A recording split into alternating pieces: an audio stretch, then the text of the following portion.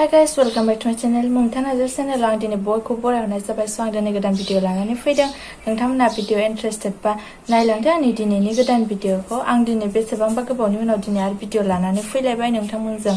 स' दिनैहाय दुर्गा फुजा, ओमफ्राय आङो बेवहाय दिनै फुजा हैनो थांगोन आरो ओमफ्राय बेखौनो नोंथांमोनजों शेयार खालामनो नागिरबाय। मानो होनोबा जास्ट मेम'रि थानायनि थाखाय। स' नोंथांमोनाबो इन्टारेस्टेड बा नायलांदो। दाथ' दुर्गा फुजाबाबो ओरैनो जास्ट फुजाल' होनाय जायो, मेला थेला जेबो गैया। स' नायदो बेखौनो माबायदि जादों। आंबो दिनैसो थांगोन दुर्गा फुजायाव, माबायदि फुजाबो हैनो। स' नायलांबाय थादो। फुजा हैनो थाखाय आं गासैखौबो रेडि खालामनानै लाजोबसै, माने मोजाङै सुनानै मानानै मोजाङैहाय खालामनानै लाजोबसै।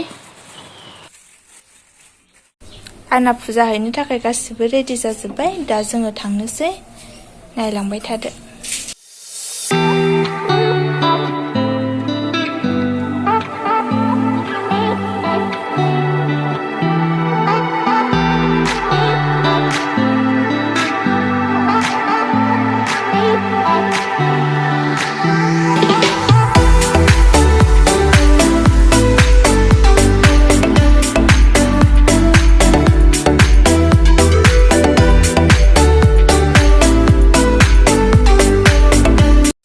फाइनालि जों फुजा होग्रायाव सफैबाय। दा जोङो फुजा होनो थांगासिनो। लामायाव जा मानसिखा, फुजा होबाबो मेला गैयाबाबो।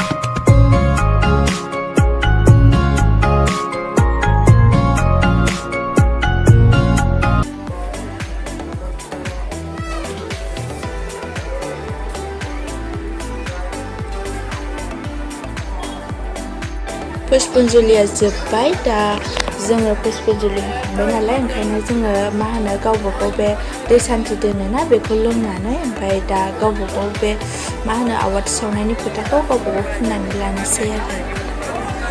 स' लोगोफोर, आं दा फुजा होनानै फैखांबाय। न'आव फैबाय। आङो जा गरम थानोनो हायामोन।